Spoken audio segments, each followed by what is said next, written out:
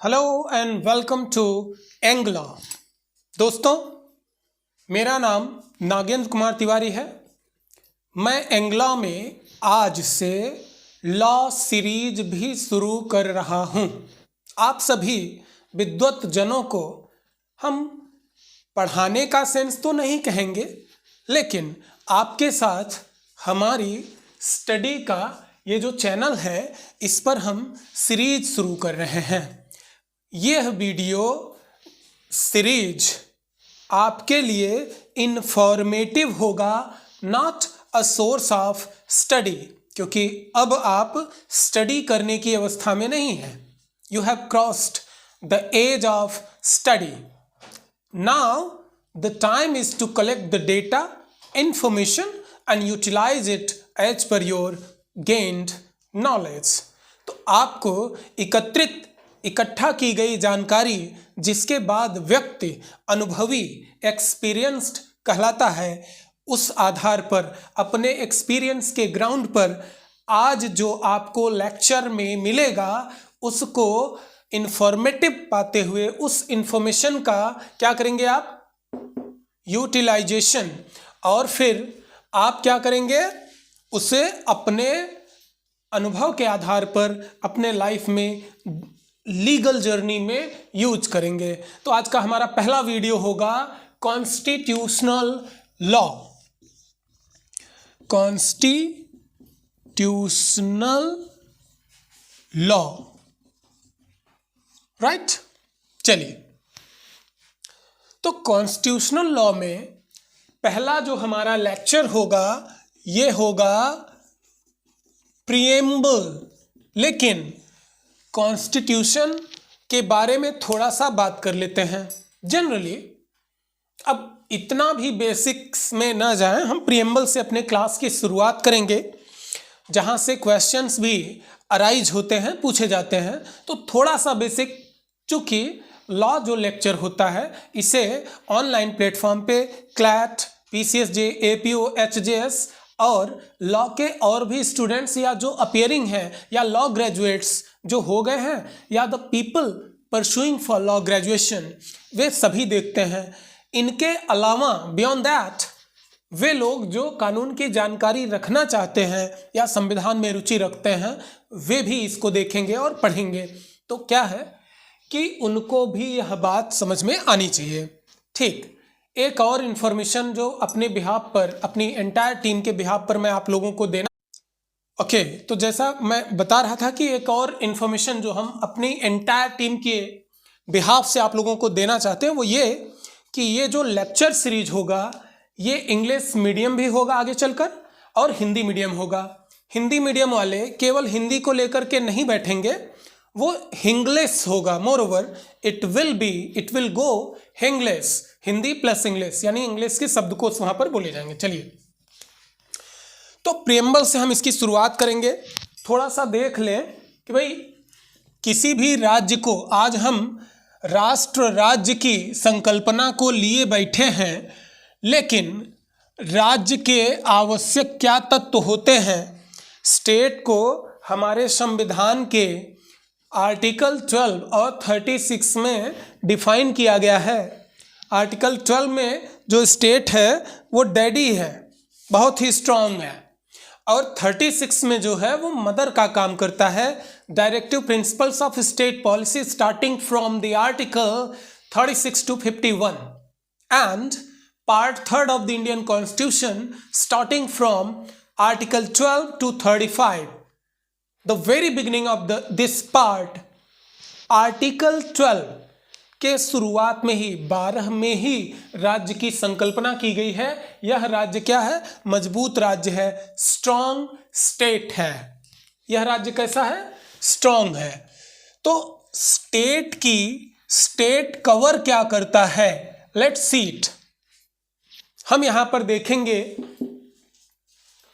राज्य क्या है। राज्य की जो संकल्पना है यह 1947 के पहले जाने पर आपको क्रिस्टल क्लियर हो जाएगा। आप किसी भी स्ट्रीम से हों, यहां पर अब लेक्चर को ध्यान से देखेंगे, ठीक है? Don't distract anybody. तो क्या है यहां पर, जो ब्रिटिश थे वो भारत को क्या किए हुए थे, गुलाम बनाए हुए थे। ठीक, तो राज्य के आवश्यक कितने तत्व होते हैं जरा सा हम यहां पर देख लेंगे। एक तो होता है क्या, सिटीजन, दूसरा होता है टेरिटोरी, यानी टेरिटरी को बोलते हैं राज्य क्षेत्र, टेरिटरी। सिटीजन को बोलते हैं नागरिक, और इसी को जनसंख्या भी बोलते हैं। दो हो गए भाई, एक टेरिटरी होनी चाहिए, डिफाइंड टेरिटरी इसको बोल सकते हैं आप। अगर लॉ के पॉइंट ऑफ व्यू से देखें तो there should be for a state, sovereign state, यहां पर एक डिफाइंड टेरिटरी होनी चाहिए, राज्य क्षेत्र होना चाहिए, इसके बाद सिटीजन होने चाहिए उसी राज्य क्षेत्र में निश्चित, जो वहां के नागरिक कहे जाएंगे यहां के, और इस राज्य क्षेत्र में जो लोग रहेंगे वो यहां के नागरिक होंगे। ठीक है, निश्चित राज्य क्षेत्र। अब एक होगा एफिशिएंट गवर्नमेंट, समुचित सरकार, समुचित सरकार, एफिशिएंट गवर्नमेंट, ऐसी गवर्नमेंट जिसे गिराया ना जा सके, मजबूत गवर्नमेंट। वर्तमान सरकार क्या है, मजबूत है। चलिए, और सोवरेंटी, सोवरेंटी इसको बोलते हैं संप्रभुता, यह एक गुण है, एडजेक्टिव शब्द है। संप्रभुता एडजेक्टिव शब्द है, संप्रभु होना चाहिए, यह नाउन है। संप्रभुता गुण है, एब्स्ट्रैक्ट नाउन है।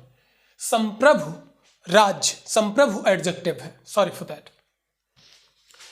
तो राज्य में संप्रभुता होनी चाहिए, समुचित सरकार होना चाहिए, ये दोनों फिजिकल बॉडी है। यह क्या है, फिजिकल है, physical feature, PHYSICAL,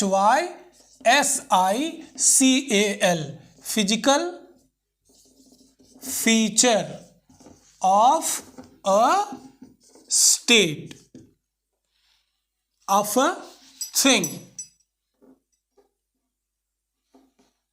of state, state ही कह लीजिए। राज्य का भौतिक पक्ष, राज्य का भौतिक पक्ष।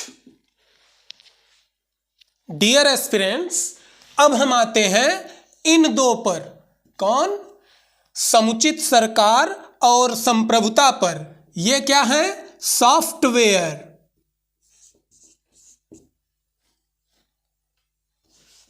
या एब्स्ट्रैक्ट, एब्स्ट्रैक्ट या invisible, invisible feature of state.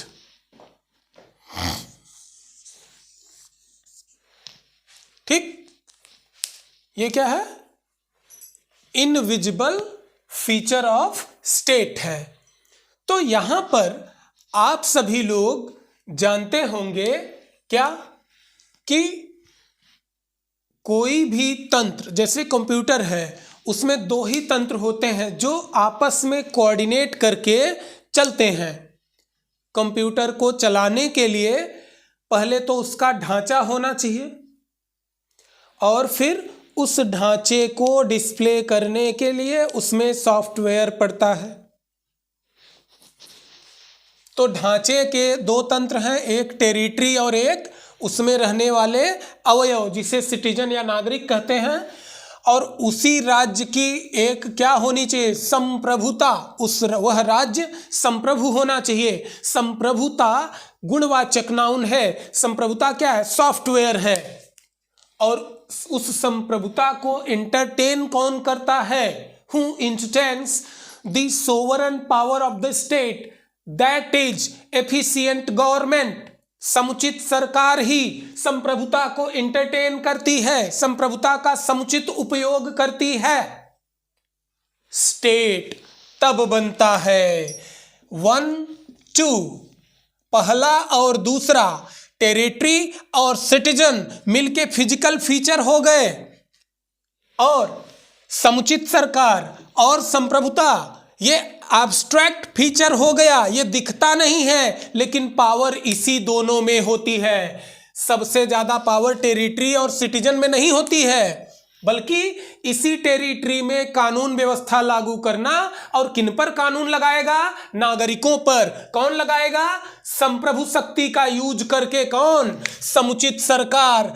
तो आप सभी इंडियंस से ये आग्रह है, थोड़ा सा एग्रेसिव हो सकता है, बीच बीच में मेरा जो टोन है वो हाई हो सकता है। I may not remain moderate while delivering my lecture in law। पहली बार हम अपने खुद के निजी चैनल पर आए हैं। इसके पहले मैं अन्य संस्थानों में पढ़ाता था, वहां पर इतना खुल के लेक्चर देने का मौका नहीं था। अब हम ठहर के बिंदुवार लेक्चर देंगे, बेबाकी से अपनी बात रखेंगे। तो जो भारत था 1947 के पहले, ये था आपका इंडिया, यानी सिटीजन आपके और टेरिटरी भी आपकी थी। और ये दोनों किसके थे? समुचित सरकार और संप्रभुता किसका था? ब्रिटिश। और इसी वजह से हमको क्या बोला जाता था? British India. दोस्तों, पहला हॉकी वर्ल्ड कप भी कौन जीता था? British India. ब्रिटिश इंडिया कहा जाता था। क्यों? क्योंकि समुचित सरकार और संप्रभुता किसकी थी? ब्रिटेन की। और सिटीजन, नागरिक हमारे थे, आपके। वो लोग बोलते थे dogs and Indians are not allowed. और राज्य क्षेत्र किसका था? हमारा। हमारी जमीन, हमारे लोग। शासन कौन किया? ब्रिटिश। कैसे किया? क्योंकि उनके पास संप्रभुता थी। आपके जो छोटे छोटे टुकड़े थे उनको उन्होंने सेसेट किया, लिया और अपना समुचित सरकार बनाया। और उसी समुचित सरकार ने राज्य का रूप लिया। राज्य का रूप लिया यानी कि संप्रभुता थी उनमें, और आपके सभी राज्य क्षेत्र पर उनका कानून लागू होता था। और इसी तरह से उस राज्य क्षेत्र में रहने वाले नागरिक उनके द्वारा बनाई गई विधियों के अंतर्गत रहते थे, पालन करते थे। पालन करना पड़ता था। Actually they had to. Okay, let me erase it. अब इतनी सी बात आप सभी को समझ में आ गई होगी। अब हम बढ़ेंगे अपने मूल लेक्चर की तरफ, जो कि है क्या? प्रिएम्बल। प्रिएम्बल आज हम लिखेंगे, इसे 3 खंड में डिवाइड करेंगे। इसमें 28 शब्द हैं जिनका इंटरप्रिटेशन करेंगे। तो ये जो कॉन्स्टिट्यूशनल लॉ है, ये हम स्पेसिफिक नहीं रखेंगे, इसमें इसको हम बहुत ही डिटेल सीरीज करने वाले हैं। इससे ज़्यादा, शायद मुझसे ज़्यादा डिटेल्ड सीरीज में कहीं और किसी प्लेटफॉर्म पर अवेलेबल होगा ये चीज़। देखते हैं। चलिए, अब हम प्रिएम्बल लिखेंगे। दोस्तों, आपके सामने जो भी है, ये लेक्चर आपके सामने है। परिश्रम भी आपको दिखेगा हमारा इसमें, ठीक। बस एक ही इच्छा और उम्मीद है आप लोगों से कि ज़्यादा से ज़्यादा आप इस लेक्चर को सब्सक्राइब, शेयर करेंगे, लाइक करेंगे, कमेंट करेंगे और ढेर सारा प्यार देंगे हमारे चैनल को, ताकि फलता फूलता रहे और गांव, शहर, देश के कोने कोने तक जो डिसएडवांटेजेस हैं वो ना हो, लोगों के साथ उनकी इजी रीच हो हायर एजुकेशन तक। मेरा एक इनिशिएटिव यह भी है। चलिए आगे बढ़ते हैं। अब हम लिखेंगे, वैसे तो मैं इंग्लिश का ही वो करता हूं, ठीक है, इंग्लिश का ही लेक्चर देते हैं इंग्लिश मीडियम में। लेकिन यहाँ पर मैं कोशिश करूँगा कि हिंदी में लिखूँ, ताकि भाई हिंदी में है तो इंग्लिश बोला जा सकता है। जो इंग्लिश मीडियम के पाठक होते हैं वो इसको इनहेरिट कर लेंगे ईजिली, लेकिन इंग्लिश में लिख के हिंदी माध्यम वाले को नोट करने में थोड़ी प्रॉब्लम होती है। ऐसा मैं और भी लॉ संस्थान में जब पढ़ा रहा था तो वहाँ पर मुझे ये दिक्कत लोगों की जो है स्पष्ट रूप से दिखाई दी। तो मैं कोशिश कर रहा हूँ कि प्रियम्बल पहले हम लिख लें थोड़ा सा, ठीक है। तो मैं मदद लेता हूँ। नो चलिए, उद्देशिका,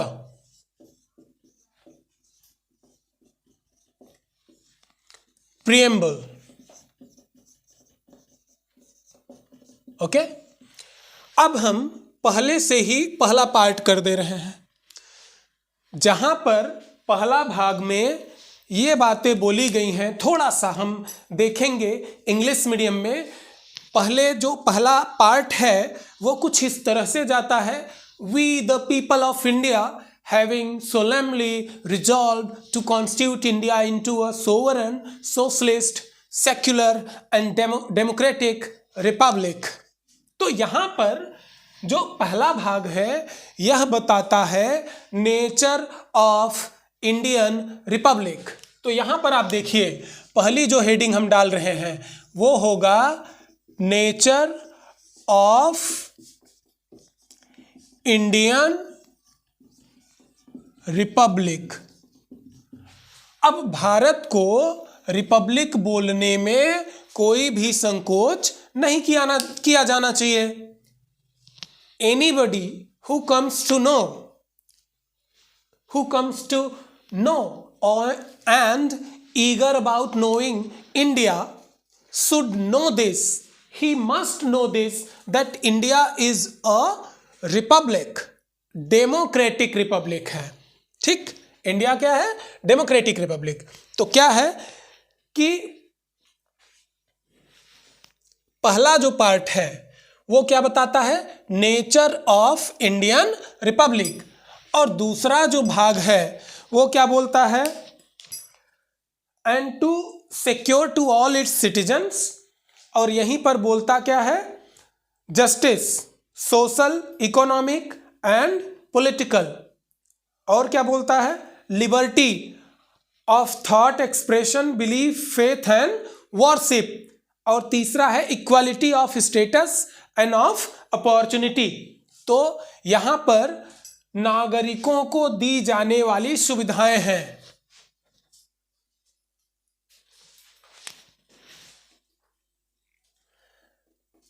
तो दूसरा जो भाग है it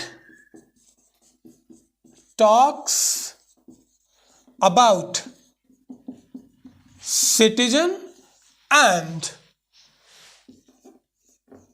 benefit they get from the state. The state मतलब इंडियन रिपब्लिक। और जो तीसरा भाग है, जब तक आप प्रियम्बल को तोड़ेंगे नहीं, जो तीसरा भाग है वो किस चीज के बारे में बात करता है? It talks about the date of enactment of the Indian constitution. तो डियर एस्पिरेंट्स, आप इस बात पर थोड़ा सा ध्यान दीजिए कि जब हम प्रियम्बल को 3 भाग में बांटते हैं तो पहला क्या कहता है? We the people of India having solemnly resolved to constitute India into a sovereign, socialist, secular, democratic republic।